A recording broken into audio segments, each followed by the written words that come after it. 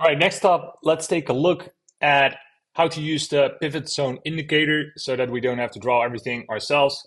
First of all, to show you where the pivot zone area is, it's currently in beta.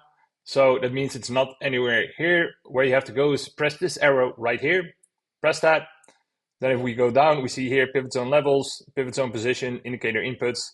So that's where you have to press because it's in beta. It's here right now. This will probably change in the near future once it gets pulled into a formal production. So here we have three tabs: levels, positions, and indicator. What you can see here is all the pivot zone levels, but this is not of that much importance. We'll go over what the P2 zone ratio is in a later video, but the real important one here is the indicator page. So we go to the indicator page, and what you want to do, and it's already discussed here, how you have to do it. But what you want to do is you want to go to the Discord and then to the important links channel in the VIP section. And there you will find the pivot zones indicator. So add that to your chart. And then what you want to do is the following. You add this to your chart, pivot zones indicator, pivot zones multi-asset. So you add that.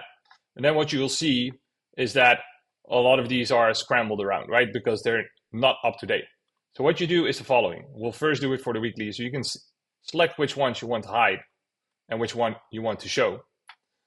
Now what you can do is, for example, I have the weekly selected here and the last 2 years. All you need to do to get the up-to-date pivot zones in, and the reason we have to copy it, but it's very easy. The reason we have to copy it is that TradingView does not allow for a direct connection in data transfer.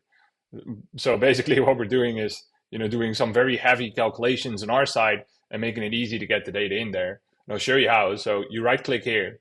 You right click on this area right there for the time frame you want. You copy, and then you copy the value.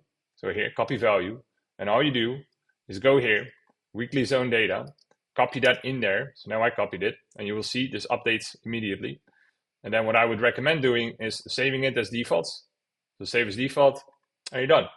Right, so now we have this, you have to do only once a week for all assets, because all the assets that have enough weekly data will now show. See, for example, AVAX shows you the weekly pivot zones, AXS shows you the weekly pivot zones, Bob shows you the weekly pivot zones.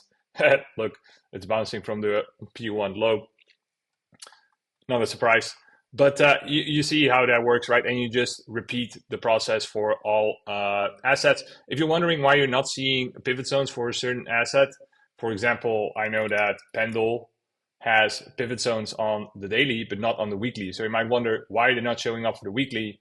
The reason is that there's a minimum requirement of 100 weeks of data in order for the pivot zones to be calculated, because I want it to be statistically significant. If there's less than that, then it's simply not being calculated because there's not enough data. So that's why. But there are pivot zones on the daily. We'll see that. So for the weekly, I would personally suggest using 2 years. For lower time frames, so for example, let's add the daily and the session, I would suggest 1 year. So I input that, then this is being generated. You wait until this thing is done loading. You have this little, see that thingy here. And then we see here the daily, we copy it. We go back to our indicator settings, daily, copy, done. So this you do once a day, session, once per session, right there. And we are done. We save as defaults. What we can do now, for example, we hide the daily or the weekly, and we show the daily in the session. And there we go. We didn't have weekly pivot zones on Pendle, but we do have the daily. And look at how nicely this is being respected as well.